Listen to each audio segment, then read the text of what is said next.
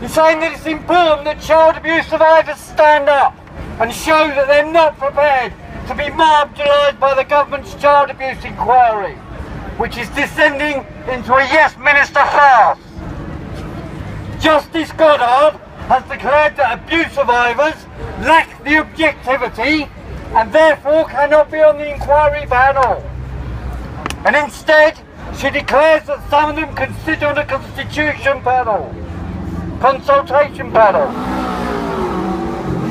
And this consultative panel is by definition tarred with the same brush as lacking objectivity.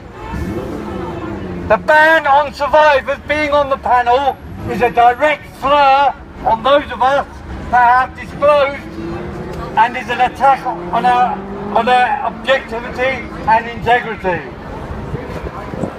It's the same as which stops over 10 million people in this country disclosing for fear of stigmatisation. The Home Office therefore leaves paedophiles at large and children at serious risk. The Home Office are squirming. They refuse to confirm that all members of the panel were checked as to whether they were survivors of sex abuse or not. This ban is just an excuse to bar survivors. Hear, hear. Meanwhile, on the panel is Drusilla Sharpling, who's employed by the Home Office, and Alex J, who was a senior social work manager.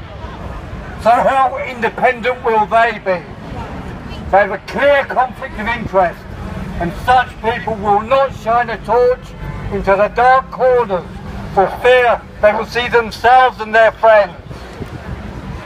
Only major protests by the survivors plus public outrage had stopped this inquiry from being a complete farce. We must continue our fight, and we must not forget that this inquiry was supposed to deal with the establishment. And you start sweeping the stairs from the top. Yeah. From the top! From the top! From the top! I now believe that we need a separate urgent inquiry. We should report in 12 to 18 months.